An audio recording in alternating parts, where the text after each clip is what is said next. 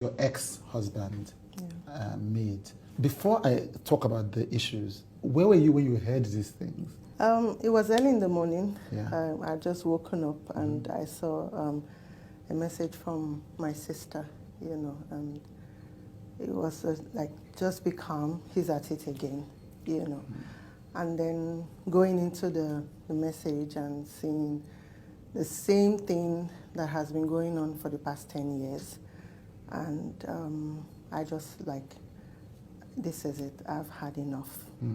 I need to put an end to this, because I feel like I kind of ran out of an abusive relationship, but I'm still under abuse for the past 10 years.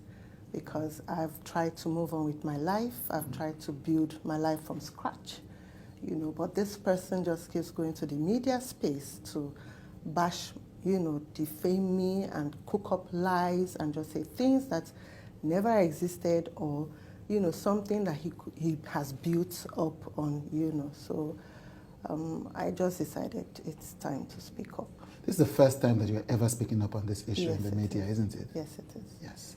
What we remember from this marriage as the public is, and then in 2016 or 2017, we know that Emeka Ike was in court with you, begging you not to go. Yes. Yeah, the news that we heard was that he knelt down in court and begged you, and his friends knelt down in court and begged you. No, that never happened. That never happened? Yes, that never happened. In court, he would always say that he would do the right thing. He would come to my family, and we would discuss and everything. And, they'll tell us to go back and do that. And they will adjourn the case. The next adjourn date, we come back, they ask me, did he come to you? I would say no, because that never happened. Right. You understand? In fact, if I may say, in court, he had actually told me and said, who wants you back? And I had pointed out to the judge, and the judge had said that he heard him. So it was all a facade, because he just wanted to look good and to stretch the court proceedings more than it should have been done. There was never any day.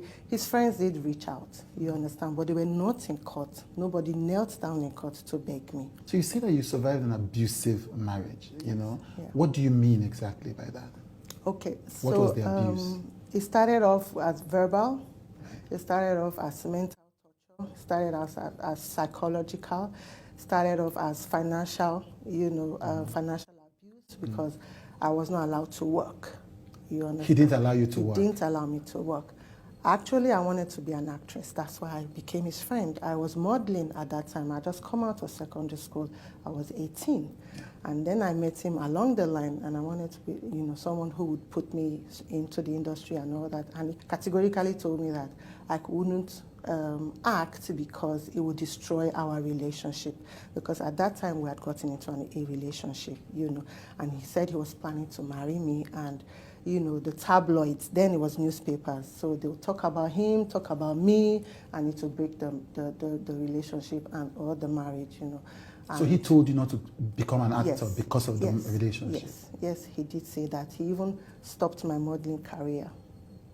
In fact, I had been approached by an agency to be sponsored for Miss Nigeria at that time. This was 1999.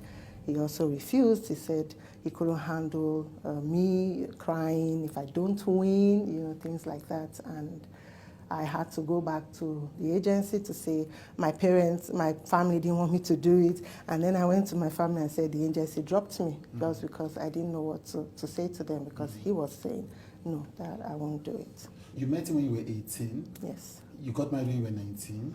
No, we didn't get married till I was, I think, 23. Going on 24. Right. I was already pregnant with our second child when we got married. In fact, I had to be the one to speak out, like, you need to do something because this is our second child. So I was already heavy, and I regret it. Why? Yeah, because even during the wedding, he came late from the state he was shooting at that time. They never blessed us. It was his older sister's husband who had stood in, and the wine changing and blessings and all that was done. All through, when we had collected the list from my uncle and given to him, And we were preparing on our side, and I was always calling him, oh, are you, in tune with your family, on the list to get everything? His family came empty-handed. They didn't bring anything. Even in family would always laugh at me at my back and say I married myself. Wow. It was always a case of, oh, she wants to marry a star and she has to work for it. And I did. I slaved for that family. Everything that they wanted to do, I was a designated driver. Everything that they wanted to do, I was the one who was always doing things for them. I was doing it on my side because of love, because this was my family.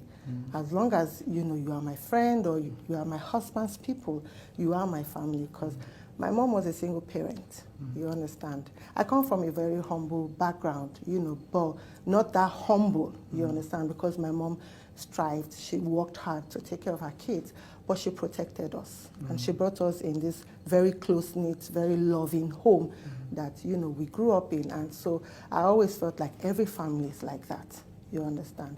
So the question is, somebody would wonder about is, why did you go ahead with the wedding despite all that disrespect?